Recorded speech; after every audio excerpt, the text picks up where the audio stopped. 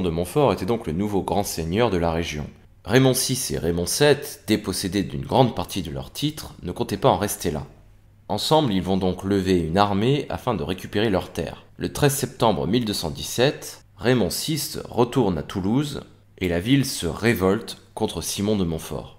Simon de Montfort et son fils Guy vont donc faire le siège de la ville dès le 22 septembre. Mais le 25 juin 1218, Simon recevra un jet de pierre à la tête et succombera à ses blessures.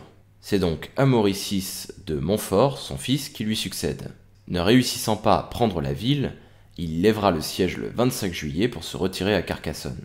Amaury, qui n'était à l'époque pas aussi habile que son père, verra la plupart des barons languedociens rejoindre Raymond VI. Devant cette situation catastrophique, le nouveau pape, Honorius III, va prêcher une nouvelle croisade au début de l'année 1218. Philippe Auguste, le roi de France, décide alors d'envoyer son fils, Louis, le futur Louis VIII, sur place afin de régler la situation. Louis se rend donc dans le Languedoc à la tête d'une petite armée et rejoindra Amaury VI de Montfort qui assiège Marmande. La ville sera alors prise et sa population massacrée. Les croisés remportent par la suite quelques victoires, mais ne réussiront pas à prendre la ville de Toulouse. Le 1er août, le prince Louis décide donc de retourner dans le nord, laissant donc Amaury VI de Montfort seul. Raymond VI, quant à lui, meurt à Toulouse le 2 août 1222, à l'âge de 65 ans. C'est donc son fils Raymond VII qui lui succède officiellement. Raymond VII sera alors très efficace et va reprendre une à une les possessions d'Amaury, qui ne conservera plus que quelques villes comme Carcassonne et Minerve.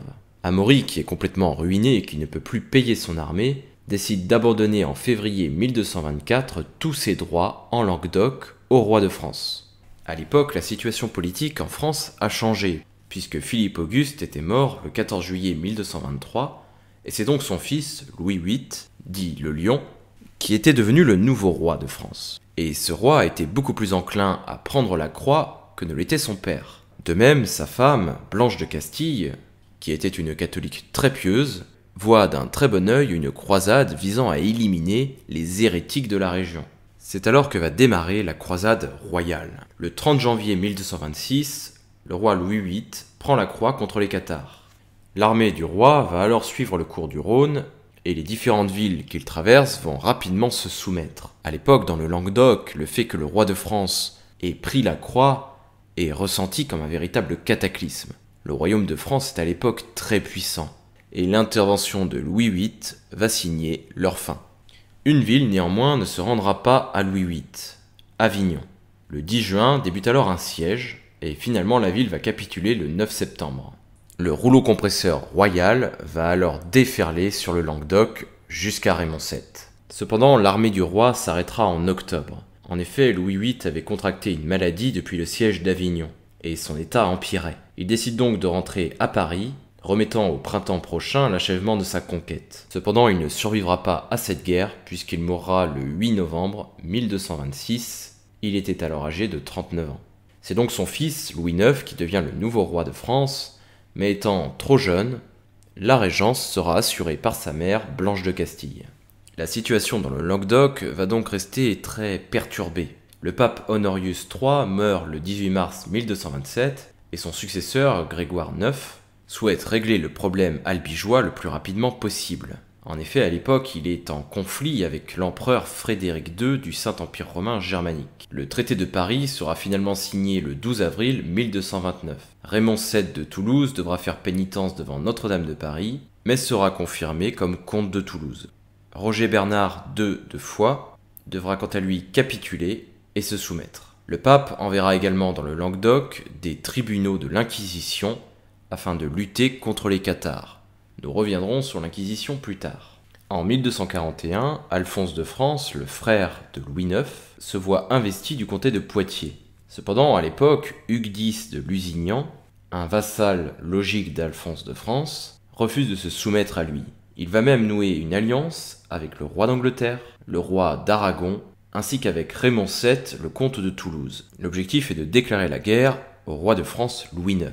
Hugues de Lusignan se révoltera en décembre 1241, mais le roi Louis IX réussira à le vaincre avant que le Languedoc n'ait le temps de se soulever.